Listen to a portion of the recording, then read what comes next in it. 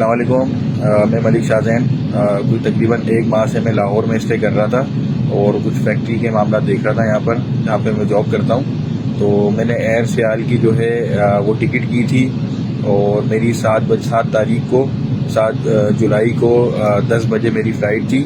جب میں ایئرپورٹ گیا تو میں نے بورڈنگ لیا تو وہاں پر دوسری ایک فلائٹ تھی انٹرنیشنل جس کو جو ہے جدہ جانا تھا عمرے کے زائرین کو لے کے. تو غلطی سے میں جو ہے جدہ والی فلائٹ کے اندر بیٹھ گیا اور 2 گھنٹے کے بعد جب میں نے کہا کہ یہ جہاز تو لینڈ ہی نہیں کر رہا ہے تو جب پتہ چلا کہ یہ تو میں غلط جہاز میں بیٹھ گیا ہوں.